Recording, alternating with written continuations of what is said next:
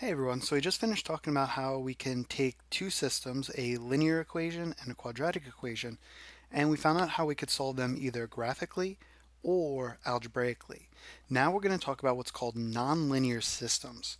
In particular, what this is referring to when we say nonlinear is equations where the y term is squared. Before, the equations that we had, it was always y equals, and then the x could either be by itself, being a linear equation, or it could be squared, being a quadratic. Now we're going to actually look at one where the y term is also squared. So something like this is an example of a nonlinear system. In particular, to kind of go into a little bit more explanation, this is a circle. These are the equations that we're going to be referring to are circles. So here, if the x is squared and the y is squared, then we end up with a circle. Now, the equation for a circle is given by this equation: x minus h squared plus y minus k squared equals r squared. So what this points out is that the h and k terms are representing the center point, the middle of your circle, and then the r represents the radius. So if we can take an equation, a nonlinear equation, and rewrite it so that it could be written in this form, then we'll know what the center point is and we'll know what the radius is. So for example, here we have an equation x squared plus y squared equals 25.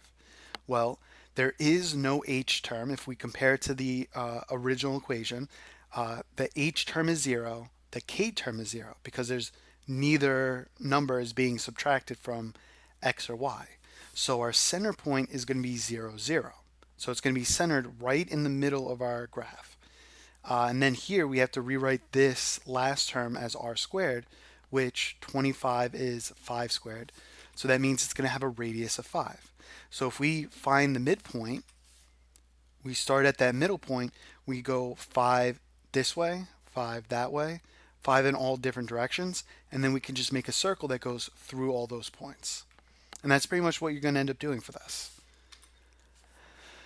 All right, so try finding the solutions graphically. So pause the video, work itself, and we'll go over a second. Okay, so again, if we compare this to the equation of a circle, our h and k terms are once again 0. So the center point is going to be 0, 0.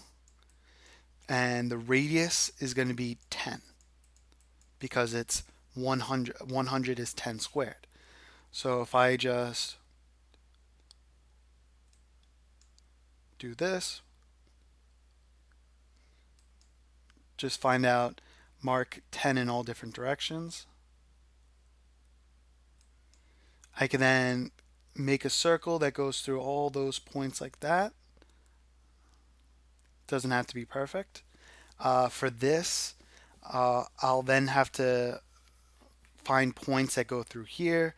Doesn't really matter. I could just make up some points. So let's do x being equal to negative 2, 0, 2, 4. If I plug these numbers in for the x in here, so this will get me negative 16. This will be negative 10, negative 4, and this will be 2. All right, so if I do that, so negative 16 based off of my scale will be right here. 10 would be right there. Negative 4. All right, so the one good thing that you can do is once you realize the pattern, you get a few points, you'll start to realize that every 1 over is 3 up, 1 over, 3 up, so on and so on. And now my line is going to go through these points. So there are two solutions because this line crosses with the circle twice. So the two solutions will be here at 0, comma, negative 10. and the next solution would be over here.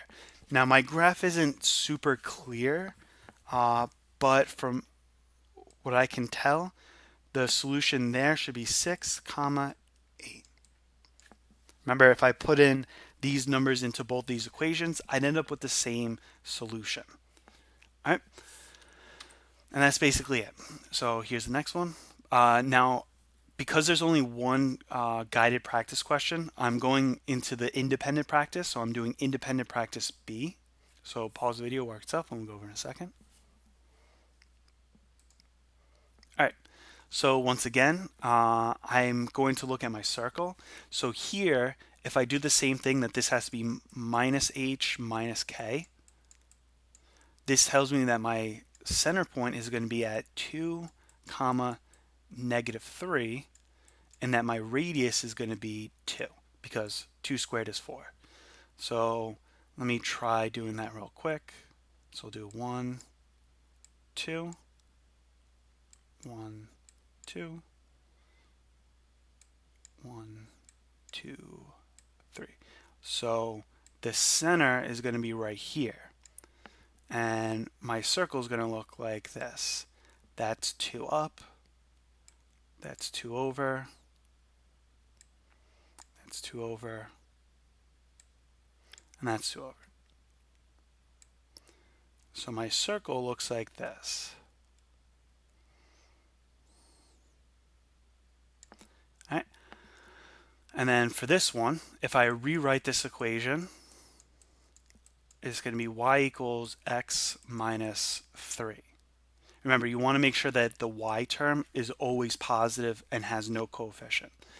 If I look at this, so again, I can pick a few points for my x term. So we'll do x minus 2, minus 1. Actually, I'm just going to do minus 1, 0, 1, and 2. So plugging negative 1 into here, it becomes negative 4. Putting a 0 is negative 3. Put a 1 in, negative 2, and negative 1. Again, you should start to see a pattern whenever you're dealing with a linear line like this. So negative 1 to negative 4, so that's 3. That's where the negative 4 is. 0, negative 3, 1, negative 2. All right, so it's going to be over 2, up 2, over 2, up 2. So my linear line is going to look like this. All right, now if I look at part B, there are once again going to be 2 solutions. It crosses here and here. It's a little hard to see this one once again, but it crosses at 0, 3. 0, negative 3. That's what this point is. And over here, that's going to be 2, negative 1. So these are my 2 solutions for these 2 equations. All right, and here's the last video. So pause the video, work itself. We'll go over in a second. Again, note, independent practice C. All right, so this one's a little bit different because the second equation is not linear. Let's start with the circle though, because that's simple. So once again, there's no term being subtracted or added to these x and y's. So the center point is going to be 0, 0. And the radius is going to be 3 because that's what 9 squared is. So I'm going to do the same scale where this is 1, this is 2. I'm skipping a box. And then this is 3. 1, 2, 3. 1, 2, 3. And then I'm going to make a big circle that connects them. Again, hopefully your circle is a little bit better than mine. You know, using a mouse isn't easy. And then for this one, I could do the same thing where I just plug in some random numbers. So we'll do 2, negative 2, negative 1, 0, 1, 2. It should be fairly symmetric. So putting a 2 into here, that becomes 4 plus 3 is 7. Negative 1 into here becomes 4. 0 becomes 3. 1 is 4, 2 is once again 7. So let's see. It's going to end up being, there's 4, there's 4. I don't think I'm going to be able to get 7 in here, but it's going to end up looking something like this. Ignore this part right here. So here, they're only going to cross one time. The one time that they cross is going to be at 0, 3.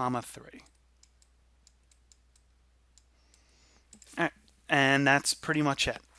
So this is how you would solve these nonlinear equations or systems of equations with the graphing method.